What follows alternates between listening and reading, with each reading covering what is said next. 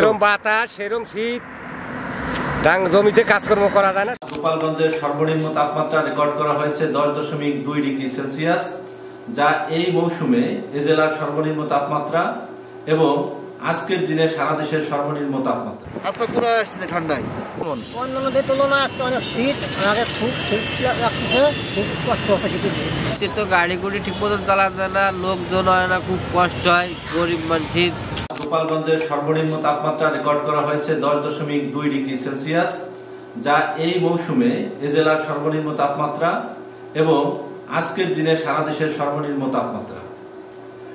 এই আবহাওয়া আরো 3 থেকে 4 দিন থাকার সম্ভাবনা রয়েছে এবং আমাদের যে আবহাওয়ার পূর্বাভাস ঝড় সতর্কীকরণ কেন্দ্র থেকে দেওয়া হয়েছে সেখানে উল্লেখ করা হয়েছে আগামী 3 দিনের পূর্বাভাসে অস্থায়ীভাবে আংশিক মেঘলা আকাশ সহ সারা দেশের আবহাওয়া প্রধানত শুষ্ক থাকতে পারে এবং দিন ও রাতের তাপমাত্রা সামান্য হ্রাস পেতে পারে।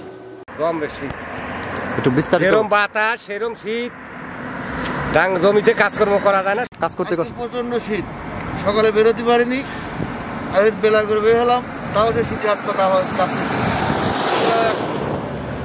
কি হয়, হাত পা পুরো আসছে ঠান্ডায়, প্রচন্ড শীত।